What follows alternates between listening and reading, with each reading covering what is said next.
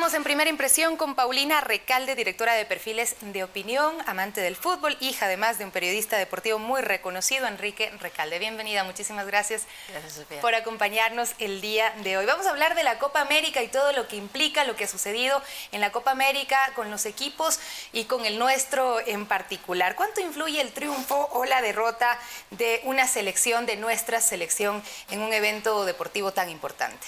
Bueno, Sofía, gracias por la invitación. Realmente estoy acá más como hincha que como directora de Perfiles de Opinión. El fútbol en general, siendo el país futbolizados que somos, tiene alta incidencia en el estado de ánimo del ecuatoriano. Eventos que tienen más o menor relevancia. La Copa América siempre ha sido uno en el que confluyen varios su atención. Estamos además frente a la expectativa de que la subsiguiente Copa América ya será en Ecuador, y eso va a cambiar fundamentalmente escenarios, ánimos y demás.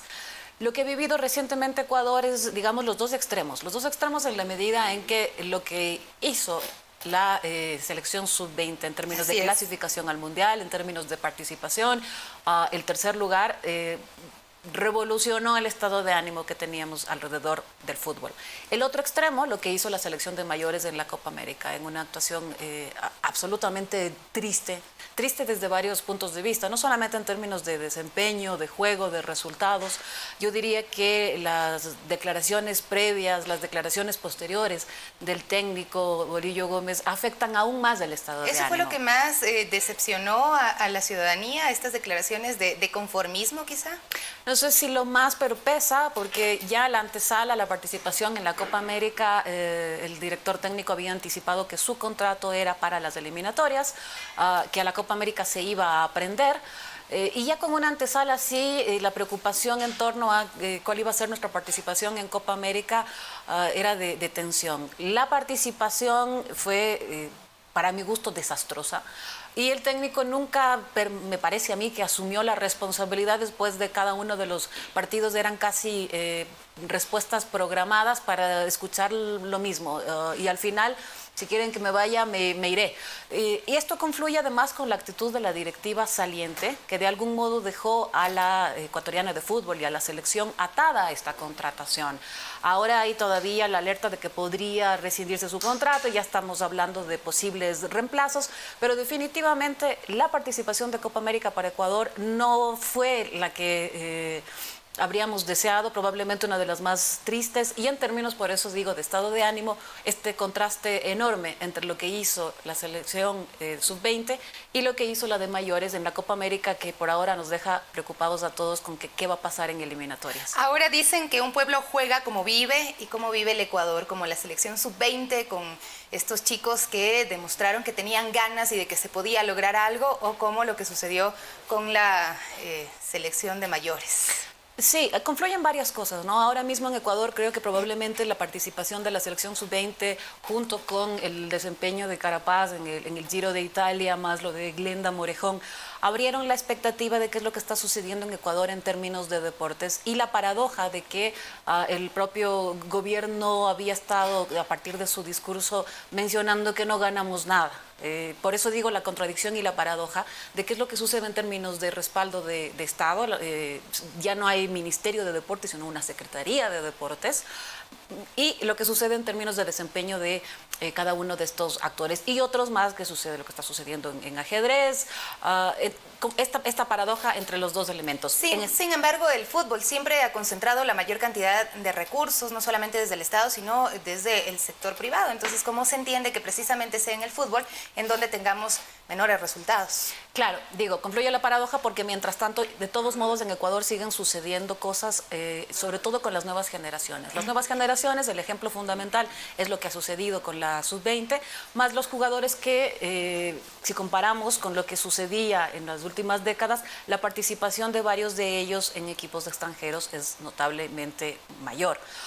En ese sentido, van a seguir sucediendo cosas a pesar de que haya o no haya respaldo de Estado, porque hay nuevas generaciones que siguen formándose con otra perspectiva de participación. El ejemplo fundamental es la sub-20, pero suceden cosas también ya con la sub-17, por ejemplo, y otros deportes, como mencioné, en el ciclismo, por ejemplo. ¿Se debería arriesgar entonces la selección sub-20 pues para las eliminatorias al Mundial?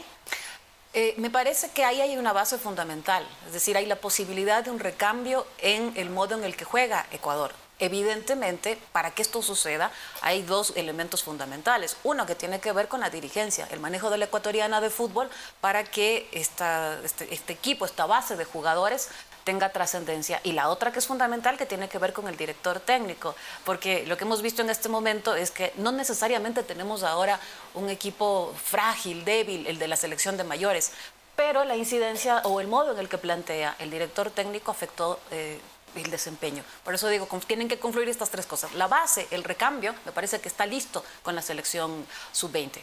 A ver si tenemos técnico y a ver si el manejo de la dirigencia de la ecuatoriana de fútbol posibilita que tengamos una buena eliminatoria para el próximo mundial. A propósito, mundial. Nosotros habíamos hecho una encuesta a través de los medios digitales en la que se veía que la gran cantidad de la ciudadanía no quería que continúe el Bolillo como técnico de la selección. ¿Hay estudios más serios que permitan conocer cuál es el ánimo de la ciudadanía con respecto a el Bolillo Gómez como el técnico de nuestra selección? Bueno, en Perfiles de Opinión vamos a incluir justamente ahora una evaluación ahora que termina el domingo la Copa América, el desempeño de la selección de mayores y la del director técnico, pero creo que no hace falta tener datos con precisión estadística para saber que hay una molestia, hay un malestar con el modo en el que no solamente, insisto, se dirigió al equipo en términos futbolísticos, sino el discurso. Creo que si algo se le reconoció al Bolillo Gómez cuando hizo su participación y su clasificación a Ecuador, era el liderazgo, la posibilidad de transmitir al Ecuador y al equipo un momento de alta autoestima. Todo lo contrario a lo que ha hecho en este momento el Bolillo respecto al fútbol, a la selección y la responsabilidad del muy mal resultado en Copa América. ¿El perfil que debe tener el técnico según Paulina Recalde?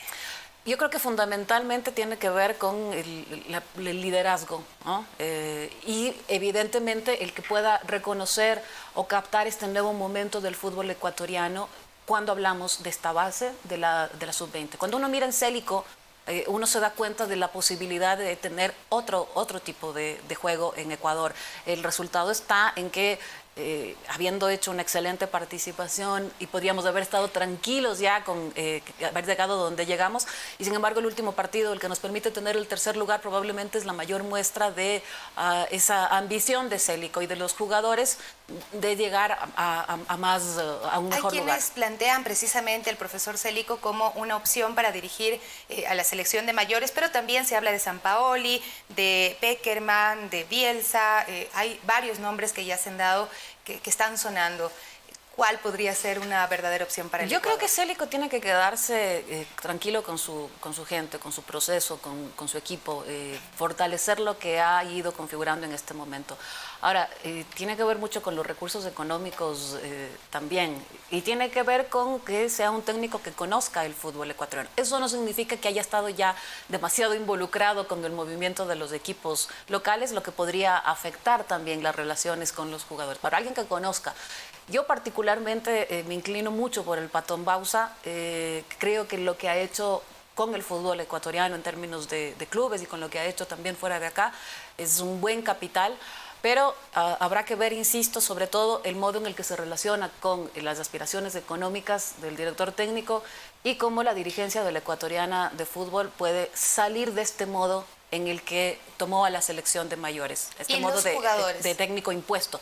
Y bueno, y los jugadores evidentemente no deben estar ni de lejos en el mejor momento en términos de estado de ánimo por el proceso que acaban de pasar alrededor de Copa América, los discursos del técnico, las disputas dentro de la dirigencia. No es el mejor momento, es decir, que quien llegue va a tener que hacer todo un recambio en términos de juego y en términos de autoestima. Paulina, para finalizar, bueno, todos pensaban que Chile, que Uruguay podían ser los campeones, pero vemos que las cosas cambiaron de un momento a otro, y también pues las polémicas en torno al uso del VAR, que a unos les gusta, a otros no les gusta. ¿Cómo se mira todo lo que sucedió en la Copa América ya en términos generales? Yo creo que justamente el tener a Perú en la final habla de por lo menos tres cosas. Uno, decir que el fútbol es el escenario de lo posible. Y eso quiere decir que siempre en un campeonato mundial, en una Copa América, hay la oportunidad y la posibilidad de que haya uno del que no esperábamos cuando arrancaba el campeonato que llegue. Eso es lo lindo del fútbol, el escenario de lo posible.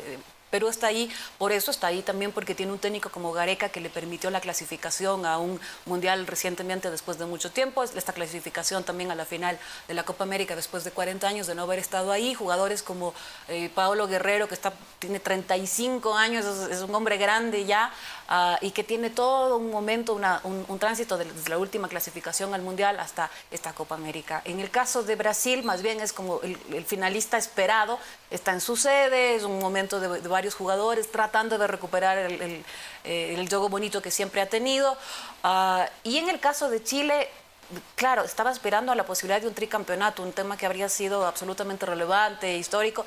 No perdió su juego hasta cuando se enfrentó contra Perú. En estadísticas podríamos decir que Brasil siempre tiene mejores estadísticas, pero ¿quién podría ganar el día domingo según Paulina Recalde? Por suerte el fútbol no nos permite tener pronósticos antes. Evidentemente, si uno compara en términos de posición de ranking, Brasil tercero, Perú por debajo del 20. En términos de composición de jugadores, Brasil tiene a 20 jugadores jugando en Europa, la mayoría de los de Perú juegan en casa.